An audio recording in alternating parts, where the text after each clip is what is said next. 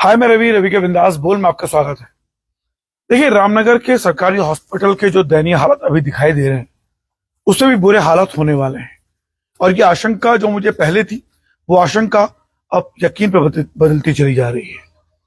जो लोग भी लाइव देख रहे हैं, विनय निवेदन करना चाहता हूं कि इस हॉस्पिटल को इस कगार तक पहुंचाने वाले एक एक जो व्यक्ति मौजूद है, जो भाजपा के लोग थे, उनसे सवाल जरूर पूछिएगा। और मुझे ये जानना है कि तारीख में आज 16 तारीख हो चुकी है, 17 तारीख हो चुकी है आज, और मुझसे ये कहा गया था डॉक्टर CMS टमटा जी द्वारा कि हमें एक हफ्ते का समय दीजिए, हम सारी व्यवस्थाएं सुधार लेंगे। मेरा सवाल रामनगर की जनता से नहीं, गढ़वाल कुमाऊं का केंद्र रामनगर है। रामनगर के इस हॉस्पिटल में जो मूलभूत आवश्यकताएं होती हैं, एक्सरे, अल्ट्रासाउंड, CT स्कैन, आपकी ब्लड की जांचें, और अगर कोई मरीज आया उसको ICU में भर्ती करना, आप जानते हैं आज ये सब चीजें नहीं हो पा रही हैं क्योंकि रेडियोलॉजिस्ट नहीं है। और इस सवाल में लगातार पूछता रहा था। 31 दिसंबर को जो डॉक्टर सीमो पंत आए थे, मैंने उससे पूछा था, मैंने कहा सर रेडियोलॉजिस्ट आएंगे? बोला बिल्कुल, हम कोशिश करेंगे। और आज 17 अप्रैल को जो दयनीय हालात है, अल्ट्रासाउंड में ताला लगा हुआ है। और सुनिए, अफवाहें क्या उड़ाई जा रही हैं कि अल्ट्रासाउंड की मशीनों से औजार गायब हो गए हैं, हमें हैंड ओवर नहीं किया करवाया जा रहा है। और यह सरकार है, जेल में डालिए अगर किसी ने सामान चुराया है तो, FIR कीजिए। ये झूठ मत बोलिए। आप किसे धोखा देना चाहते हैं आप जानते हैं, मैं चुप रहा इस बीच। देखिए, मैं गढ़वाल था और मुझे बताया गया कि कुछ लोग धरना प्रदर्शन कर रहे हैं, कर्मचारी रामनगर के हॉस्पिटल में। वो चाहते हैं कि रवि भाई आओ, खबर बनाओ। जो कर्मचारी आज बेरोजगार हैं और आवाज उठा रहे हैं कि भैया हमें वापस सरकारी कर दो, हम कहां जाएं। आप जानते हैं, जब मैं इस हॉस्पिटल के पक्ष में बोलता था, पक्ष मतलब कि जब तक आपकी व्यवस्था चुस्त दुरुस्त ना हो जाए तो हॉस्पिटल को तब तक PPE मोड में रखा जाए, क्योंकि यहां 300 बेरोजगार लोग भी काम कर रहे हैं। किसी एक व्यक्ति का कमेंट मुझे दिखा दीजिए, किसी एक कर्मचारी का शेयर दिखा दीजिए जिन्होंने ये कहा हो कि रवि आप हमारी आवाज बन रहे हैं। और आज ये कर्मचारी मुझे फोन करके बोलते हैं कि सर हम धरना करने जा रहे हैं, हमारी नौकरी छिन गई है, हम ये कर रहे हैं। उस समय आप लोगों ने कभी ये नहीं सोचा कि रामनगर में एक अकेला पत्रकार जो स्वतंत्र पत्रकारिता कर रहा है, जिस पर किसी चैनल का टैग नहीं है, वो आप लोगों के लिए आवाज उठा रहा है कि आप बेरोजगार हो जाओगे। देखिए, मैं फिर कहता हूं कि रामनगर के हॉस्पिटल में डॉक्टर नहीं आएंगे, ये मुझे पहले दिन से पता था। पहले दिन से पता था मुझे।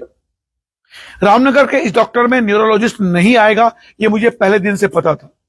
रामनगर के इस हॉस्पिटल में कार्डियोलॉजिस्ट नहीं आएगा, ये मुझे पहले दिन से पता था। रामनगर के इस हॉस्पिटल में रेडियोलॉजिस्ट नहीं आएगा, ये मुझे पहले दिन से पता था। इसीलिए मैं लगातार ये कोशिश करता आ रहा था। अब लोग कहते हैं कि देखिए संजय नेगी ने इसका विरोध किया और आज उन पे उंगली उठाई जा रही है। संजय नेगी का कोई कसूर नहीं है। मैं फिर कह रहा हूं, संजय नेगी का कोई कसूर नहीं है।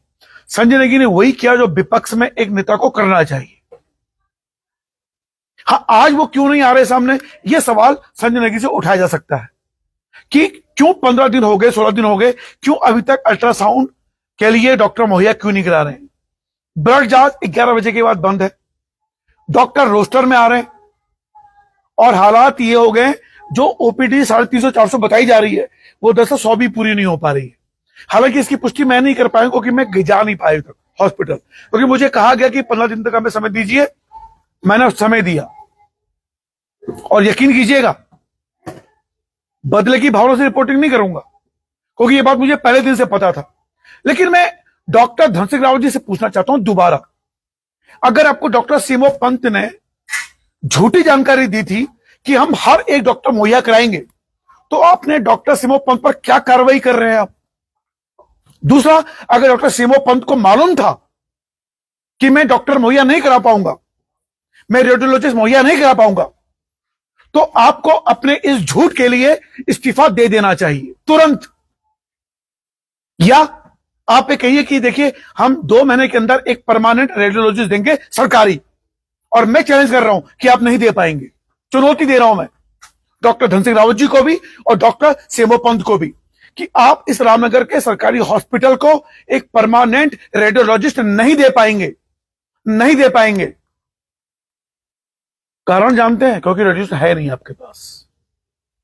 जब मुझ जैसा अदना सा व्यक्ति जान सकता है। अब आप कहेंगे कि रामनगर के बाकी पत्रकार तो पीएम का बहुत विरोध करते थे, वो क्यों करते थे, क्या नहीं, अब वो क्यों सपोर्ट में है कि मैं नहीं जानता। ये आशंकाएं मेरी पहले भी थी, अब वो लगातार बढ़ रही है। कुछ लोग कह सकते हैं कि पहले दिन जब डॉक्टर सीएमएस टमटा जी ने मुझसे बदतमीजी से बात की, मैं डॉक्टर सीएमएस टमटा जी की कोई गलती नहीं मानता, क्योंकि वो सीएमएस है, उनको उतनी जानकारी नहीं है, क्योंकि ये काम या तो डॉक्टर धन सिंह रावत जी कर सकते हैं, डॉक्टर सीएमओ पंत जी कर सकते हैं। अब डॉक्टर सीएमओ पंत जी ने यह कहा है कि मैं यहां पे आके खुद डॉक्टरी करूंगा।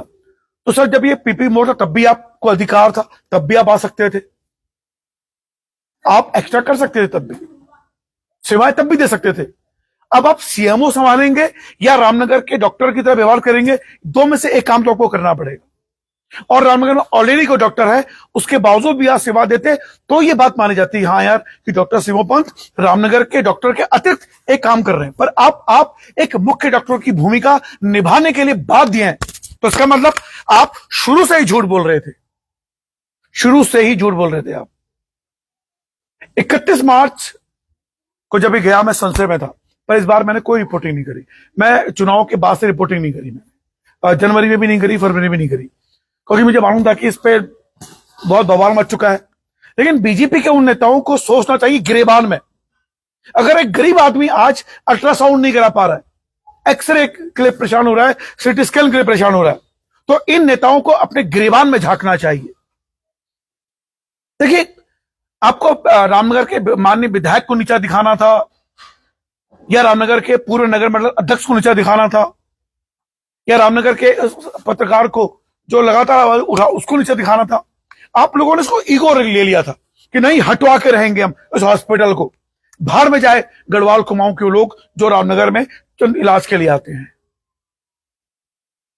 रामनगर के इस हॉस्पिटल में जो समस्याएं हैं, मैंने विरोध में पहले भी कहा उन नेताओं से कि विरोध करने का एक दायरा होता है, कि आप उच्चीकरण का विरोध मांग करिए, एक कार्डियोलॉजिस्ट मांगिए, एक न्यूरोलॉजिस्ट मांगिए। आज जानते हैं आप, रोस्टर में डॉक्टर मंगाए जा रहे हैं, 2 दिन एक डॉक्टर आएगा, 2 दिन अलग डॉक्टर बैठेगा, 2 दिन वो, परमानेंट डॉक्टर नहीं है यहां पे। ये दयनीय हालात हैं। डॉक्टर धन सिंह रावत जी को जिस दिन 15 दिन हो गए आज, और हालात की जानकारी लेनी चाहिए थी, और शीशे के सामने बैठ के धन सिंह रावत जी को आंखों से आंख मिला के अपने आप तुरंत इस्तीफा दे देना चाहिए कि भैया मेरे बस की नहीं है स्वास्थ्य मंत्री, मैं दबाव में आ गया बीजेपी नेताओं के, क्योंकि दिल्ली तक मेरी शिकायत जा रही थी, मेरे बस की बात नहीं है, मुझे वापस से आप इस्तीफा दे दो, मेरे बस की नहीं है स्वास्थ्य मंत्री बनना। डॉक्टर धन सिंह रावत जी इस्तीफा दे दें, नहीं है बस की तो। मैं फिर कह रहा हूं, 42 विधायक हैं बीजेपी के, कोई तो योग्य होगा, कोई तो नई सोच लेके आएगा यहां पर। लेकिन नहीं, आपको शिक्षा मंत्रालय भी समझना है, जिसमें भी उल्टे काम हो रहे हैं, वहां भी आपके चीजों के साथ क्या क्या व्यवहार हो रहा है, सहकारिता विभाग भी आपको संभालना है, सब आपको ही करना है। दबाव नहीं झेलना चाहिए। मैं डॉक्टर सीएमओ पंत जी से भी कहना चाहता हूं, और डॉक्टर धन सिंह रावत जी से कहना चाहता हूं, जितना विरोध मैंने झेला है रामनगर के हॉस्पिटल के पक्ष में आने के लिए, जबकि पक्ष में कभी नहीं आया, मैंने हमेशा यही कहा कि रामनगर के सरकारी हॉस्पिटल को तब वापस लिया जाए जब आपके पास जरूरत पूरी हो और आप व्यवस्था कर पाए। याद कीजिएगा सीएमओ पंत जी, माननीय विधायक जी बैठे हुए थे, और मैंने आपसे ये पूछा था कि जो डॉक्टर आ रहे हैं, आपने बोला 5 डॉक्टर हम ला रहे हैं, 2 माइक्रोबायोलॉजिस्ट, 2 पैथोलॉजिस्ट, 1 माइक्रोबायोलॉजिस्ट, 1 मेडिसिन के डॉक्टर, 1 ऑर्थोपेडिक, ये डॉक्टर आप लाने वाले थे रामनगर में। फिर आप कह रहे कि नहीं, हम अटैच कर देंगे। ये अटैच तो आप पहले भी कर सकते थे, क्योंकि रामनगर को 2 गायनोक की जरूरत है, रामनगर को 2 स्त्री रोग विशेषज्ञ डॉक्टरों की जरूरत है। ये बात मैं शुरू से ही कहता आया हूं। मैं फिर कह रहा हूं, यहां पे जीत हार का सवाल नहीं है, लेकिन हां, मैं इस बीच बिजी था, लेकिन कल ईस्टर है, परसों शनिवार है, रविवार है, सोमवार से लेकर शुक्रवार तक रोज लाइव करूंगा हॉस्पिटल जाके, रोज दिखाऊंगा वहां की समस्याएं और नेताओं से सवाल पूछूंगा बीजेपी के, जिन लोगों ने खुलेआम मुझ पे आरोप लगाए थे। देखिए, जब आप पे आरोप लगते हैं तो आपको उन आरोपों को सिद्ध करने के लिए अपना जवाब देना होता है, लेकिन मैं चाहता हूं कि मैं झूठा साबित हो जाऊं, क्योंकि रामनगर और गढ़वाल कुमाऊं के कोटाबाग, मालधन, तीनोदारा, बैल पड़ाव, पाटकोट, सबों की जो केंद्र बिंदु वो रामनगर है। मालधन में हॉस्पिटल है, पीएचसी, सीएचसी से डॉक्टर है, वहां पे एक डॉक्टर से चल रहा है पूरा। पीरूमदारा में भी एक हॉस्पिटल है, वहां क्या हाल है बताने की जरूरत नहीं है। आपने रामनगर के हाल भी वही कर दी, दयनीय स्थिति में लेके आ गए। अब आप सोचिए कि किसी की हड्डी टूटती है रात को। अब इस बात की पुष्टि मैं नहीं कर रहा हूं, पर मुझे जो बताया गया, किसी ने बोला कि बीजेपी के कुछ नेताओं को प्राइवेट हॉस्पिटलों की ओर से, इसकी पुष्टि बिल्कुल नहीं कर रहा हूं मैं, ये मुझे कहा गया किसी ने, क्योंकि आजकल प्राइवेट हॉस्पिटल में बड़ी भीड़ लग गई है। शायद हो सकता है कि वहां से उन्हें मोटा माल मिला हो ताकि यहां ना हो, और क्योंकि उन्हें भी मालूम, क्योंकि देखिए बीजेपी के जो नेता हैं जिन्होंने विरोध किया, क्या उन्हें यह नहीं मालूम था कि हमारे पास डॉक्टर नहीं है? क्या उन्हें जानकारी नहीं थी कि उनके पास डॉक्टर नहीं है? अपनी गिरेबान में झांकेगा वो बीजेपी के नेता, जो मैं नाम जाम उसके नहीं ले रहा हूं, लेकिन हां, 2 महीने के अंदर अगर इस हॉस्पिटल में सरकारी रेडियोलॉजिस्ट नहीं आया, सरकारी डॉक्टर जांच नहीं करेंगे, तो मैं इन बीजेपी के नेताओं को भी बेनकाब करूंगा मैं इनको बेनकाब, कि बताऊंगा कि अपने इस विरोध के लिए मुझे कुछ लोगों ने कहा कि माननीय विधायक जी से बात करी इस बारे में, उनसे पूछे कि क्या करेंगे। अरे मैंने कहा भाई, माननीय विधायक जी तो खुद कह रहे थे कि सरकारी में आऊंगा दिक्कत हो जाएगी, लेकिन लास्ट में वो भी हार मान गए, क्योंकि उन पर आरोप लगाने शुरू कर दिए आप लोगों ने। लेकिन आप लोग जड़ में नहीं गए, और आप लोगों ने आरोप इसलिए लगाए कि बीजेपी के माननीय विधायक थक जाए, हार जाए, क्योंकि ये भी आप भी जानते थे, मैं जैसा अदना सा व्यक्ति जान सकता हूं कि जब मुझे, और देखिए ये मेरी जानकारी में कैसे आया कि रामनगर में जब सरकारी बड़ी दिक्कतें थी, डॉक्टर की कमी थी, मुझे यहां के लोगों ने बताया, और मुझे कहते रहे भाई मानना पड़ेगा आपको, कितने लोगों के विरोध के बावजूद आप डटे हुए हो।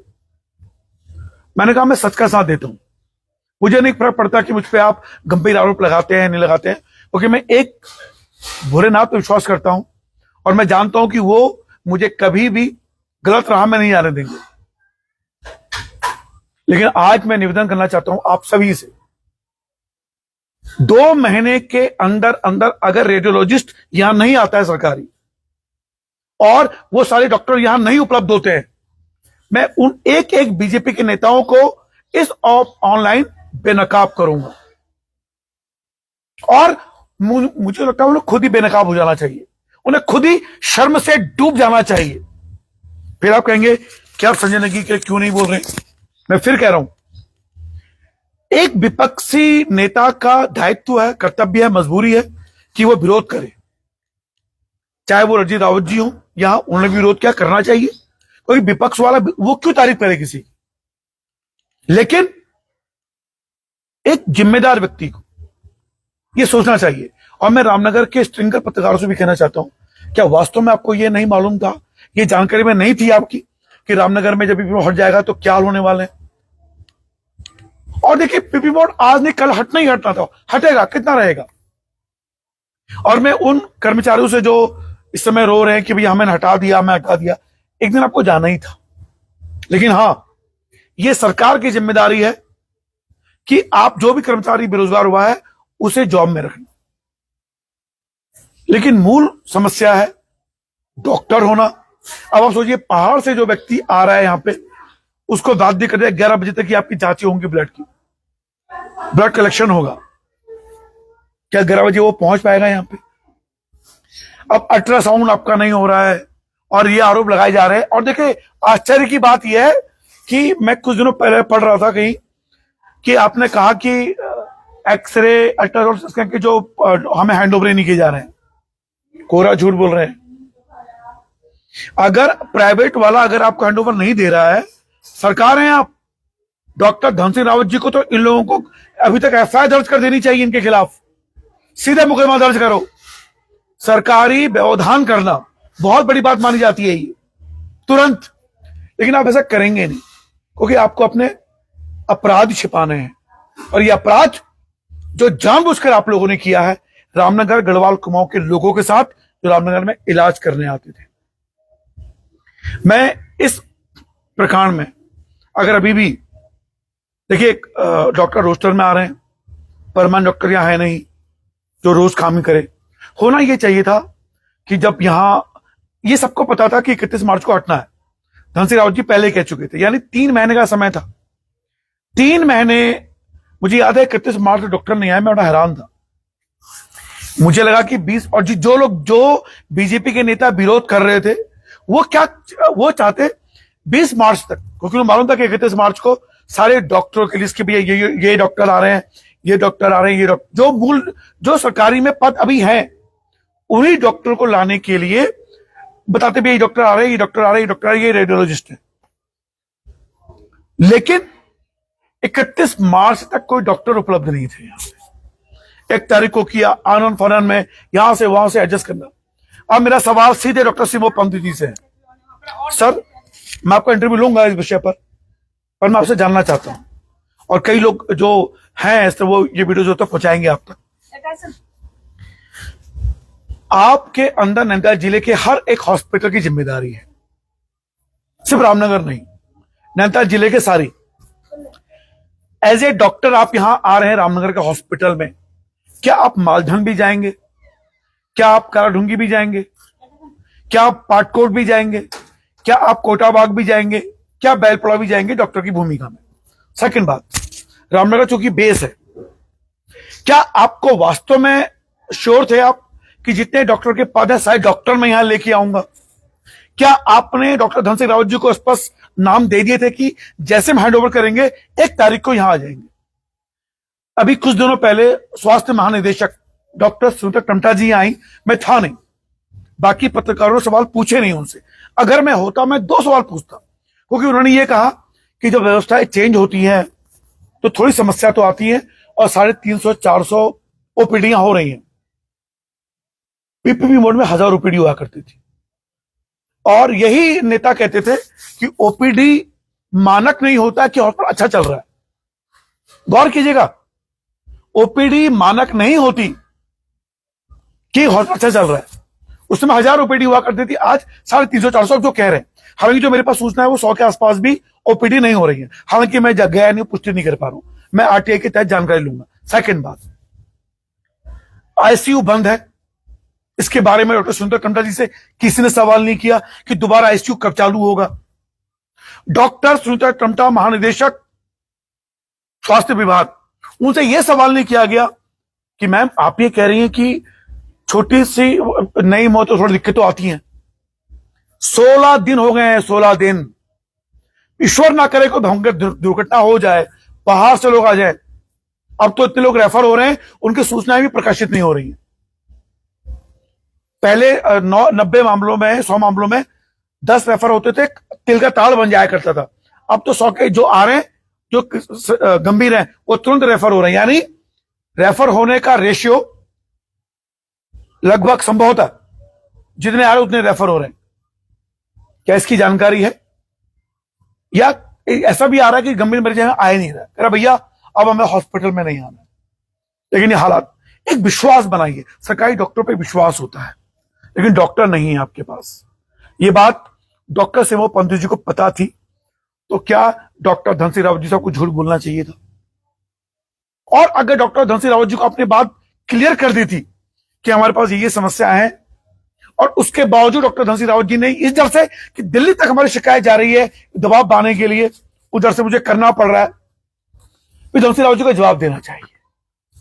रामनगर की जनता जवाब मांग रही है। आप यकीन नहीं करेंगे, मेरे पास और उसको एक फोन आया, एक महिला का नाम नहीं लूंगा, रोते रोते, कि हम गरीब लोग हैं, हम अल्ट्रासाउंड भी नहीं करवा पा रहे हैं अपना। मैंने कहा मैं क्या करूं? मैंने कहा मैं अभी हॉस्पिटल की ओर नहीं जाऊंगा, तब तक नहीं जाऊंगा जब तक कम से कम 15 दिन ना हो जाए, क्योंकि मुझसे कहा गया था कि 7 दिन का, मैंने 15 दिन का समय दिया और आज ये हालात हो रहे हैं। देखिए, एक पत्रकार का काम होता है कि सच को देखना, स्वीकार करना। पब्लिक, लोग, किसी की भलाई के लिए लोग मुझे क्या कह रहे हैं, मैं कभी फॉलोअर बनाने के लिए, लाइक्स बढ़ाने के लिए रिपोर्टिंग नहीं करता। जो सच है उसे सामने लाने के लिए करता हूं। और रामनगर हॉस्पिटल में जो आज बद से बदतर हालात होते चले जा रहे हैं, मैं चाहता हूं कि अगर मैं ये रिपोर्ट बना रहा हूं, डॉक्टर सीमो पंत, डॉक्टर सीमेश टम्टा, डॉक्टर धन सिंह रावत तीनों मुझ पर मानहानि का दावा करें कि रवि झूठ बोल रहा है।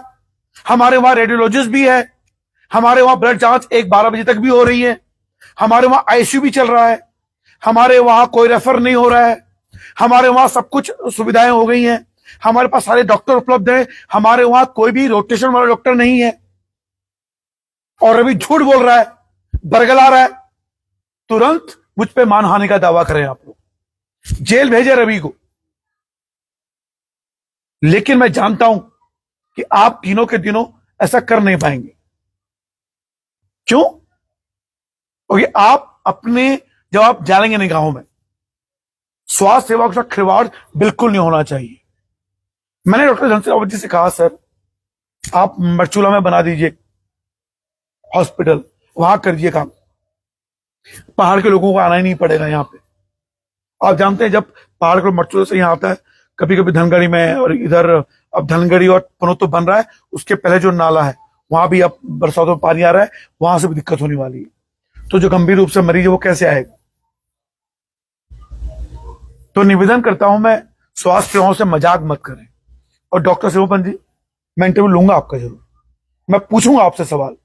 बाकी पत्रकार पूछने की हिम्मत नहीं करेंगे आपसे, मैं जानता हूं, क्योंकि साहस के लिए ईमानदारी होना जरूरी होता है, साहस के लिए लोगों की चिंता करना जरूरी होता है, साहस के लिए अगर आपको गालियां दी जा रही हैं, उन गालियों का सामना करने की ताकत होनी चाहिए, जो रवि के बिंदास बोल में थी। क्योंकि उत्तराखंड के गढ़वाल कुमाऊं के केंद्र इस रामनगर हॉस्पिटल की जो व्यवस्था होने वाली है, उसकी आशंकाएं मुझे पहले से ही मालूम थी। लेकिन डॉक्टर धन सिंह रावत जी को, डॉक्टर सीमो पंत जी को जानकारी होने के बावजूद उन्होंने ये किया है, तो बताइए किसका कसूर है इसमें?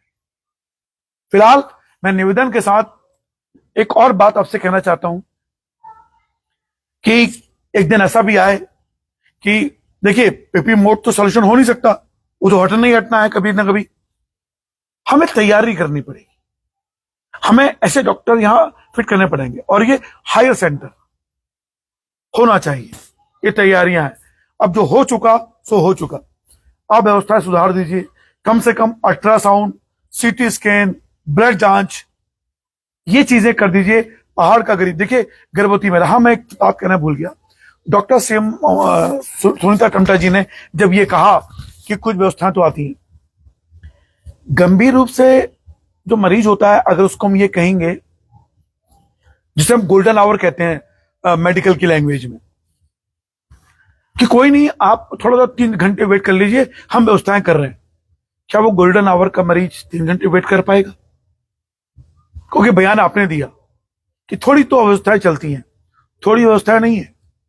आईसीयू नहीं काम कर रहा है, आईसीयू बंद है, इंटेंसिव केयर यूनिट, और बात हो रही थी यहां सीसीयू लाने की, क्रिटिकल केयर यूनिट की। आप आईसीयू नहीं संभाल पा रहे तो सीसीयू कहां से आएगा? तो ये स्वास्थ्य सेवाओं के लिए जो चीजें कर रहे हैं, मैं बीजेपी के उन नेताओं से विनम्र निवेदन करना चाहता हूं, आप रवि को 100 गालियां दीजिए, 100 गालियां दीजिए, लेकिन रामनगर के इस हॉस्पिटल में अपने आप को सही साबित करने के लिए झूठ का साथ मत दीजिएगा। क्योंकि ईश्वर है जो 24 घंटे धरती में देखता है, हर किसी के पाप वो नोट करता है। यह बात तब भी मुझे पता थी जब मुझ पे आप आरोप लगा रहे थे दलाली की, तब भी मैंने कहा था कि भोलेनाथ सब देखते हैं।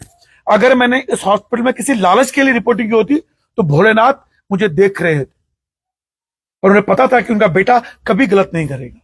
और आज मेरी आशंकाएं सही साबित हो रही हैं। काश वो निर्भुल साबित होती, काश मैं झूठा साबित होता। सारे वो बीजेपी के नेता जो मेरे खिलाफ दलाली के आरोप लगा रहे थे, उन पत्रकार स्ट्रिंगरों के साथ मिलकर, मुझे खुशी होती कि मैं झूठा साबित हो गया। आप जानते हैं, मैं दुखी हूं कि मैं सही साबित हो रहा हूं। सच में मेरी अंतरात्मा रो रही है उन गरीब परिवारों के लिए जो यहां से बैरंग लौट रहे हैं। दवाइयां भी बाहर से मिल रही हैं, ऐसी सूचनाएं मिल रही हैं। फिलहाल सोमवार से शुक्रवार लगातार लाइव चलूंगा मैं हॉस्पिटल में, लाइव कि कितने इमरजेंसी हो रही हैं, कितने आईसीयू में हैं, कितने अल्ट्रासाउंड हो रहे हैं, कितने एक्सरे, सोमवार को। और आप लोग भी आइएगा, देखिएगा। फिर इस लाइव को खत्म करता हूं कि अगर मैं गलत हूं तो मैं डॉक्टर धन सिंह रावत जी, डॉक्टर सिमो पंत जी और बीजेपी को नेताओं से निवेदन करता हूं कि मेरे खिलाफ मानहानि का दावा जरूर करें।